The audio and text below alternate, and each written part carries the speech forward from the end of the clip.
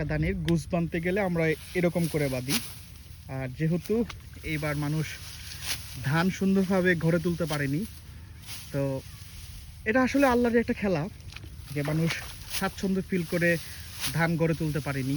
এই যে অনেক ক্ষেত, এই পাশে অনেক ক্ষেতের মধ্যে দেখা যায় যে ম্যাক্সিমাম ক্ষেত, এই পাশের ম্যাক্সিমাম ক্ষেতগুলো পানিতে তলায় গেছিল, যে মানুষ অনেক ধান কাটতে পারে নাই, ধান তুলতে পারে নাই। এটা নিচু অঞ্চল থেকে কিছুটা উঁচু।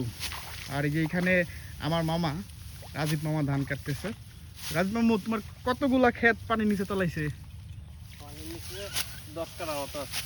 মানে 10 কাঠা জমির মতো তার ধান পানির নিচে তলায় গেছে। 10 কাঠা না?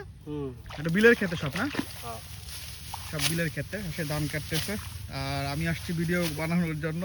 আমিও ধান কাটতে পারি, চেষ্টা করবো ধান কাটার জন্য, আপনাদেরকে দেখাই ধান।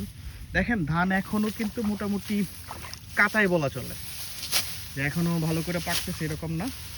যে এই যে ধান কাটতেছে, মানুষের আসলে এবারে দুঃখের শেষ নাই, স্বাচ্ছন্দ্য বোধ করে ধান কাটতে পারে না।